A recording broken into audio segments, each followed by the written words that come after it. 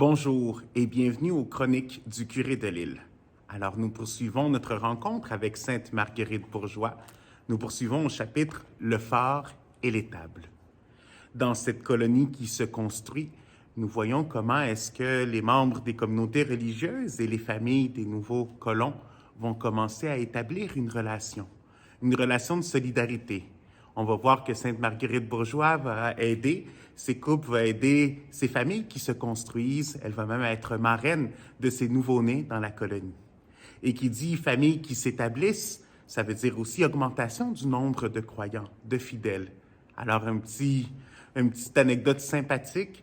Alors, ils ont dû faire à un moment donné 2 célébrations eucharistiques, 2 messes par manque de place. Et les hommes devaient aller à la messe à 4 heures le matin et les femmes devaient aller à la messe à 8 heures le matin.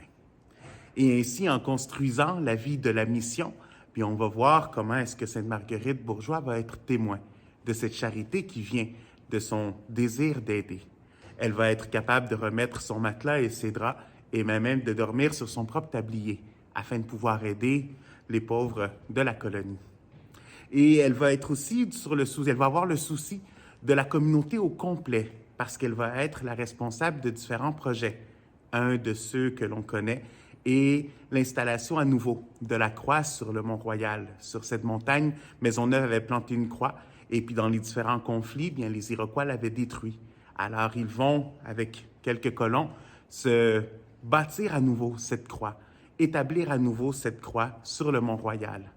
Et un parallèle qu'on peut faire, bien, c'est avec Saint François d'Assise qui a reçu cet appel de reconstruire, de rebâtir l'Église.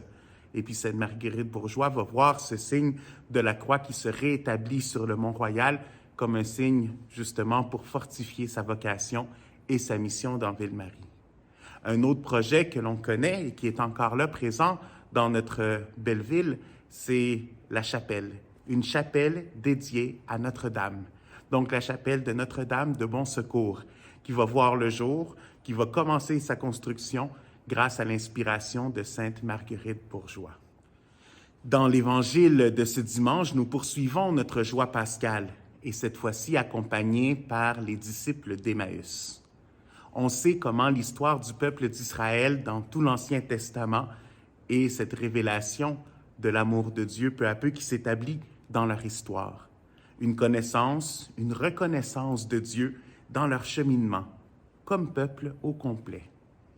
Et puis, c'est ce que Jésus va faire avec les disciples d'Emmaüs, eux qui quittent un peu découragés, un peu attristés, assombris par tous les événements et qui ne comprennent pas tout ça. Eh bien, le Seigneur va les accompagner, les rejoindre.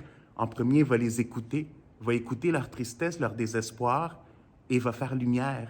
Il va les accompagner en leur disant et en leur expliquant l'Écriture pour qu'ils voient comment est-ce que depuis toujours Dieu continue d'être présent et comment est-ce que concrètement il se fait présent en donnant son amour par la vie du Christ. Et puis finalement, cette réalité du chemin d'Emmaüs, c'est notre réalité personnelle. Je pense que par ce texte, nous sommes invités à relire notre histoire personnelle en essayant toujours de trouver cette présence d'amour de Dieu dans notre vie. Et puis quand il y a des situations plus compliquées, des situations plus difficiles, bien nous sommes appelés à voir comment est-ce qu'au lieu d'avoir crainte, comment est-ce qu'au lieu d'avoir tristesse, nous sommes appelés à nous laisser habiter par cet amour de Dieu. À voir que son amour est toujours là pour nous et que nous sommes appelés à en témoigner, à le donner, à le transmettre. Alors, pour les annonces paroissiales, donc à partir de mardi prochain, et ce jusqu'à dimanche, nous allons maintenant recevoir la visite de Samy, donc qui est en propédeutique, alors l'année de préparation pour entrer au séminaire. Donc, le mois dernier, on a reçu Mathéi, et cette fois-ci, on va recevoir Samy, qui va nous accompagner dans les différentes activités paroissiales. Alors, je vous invite à prier pour lui. Merci et bonne semaine.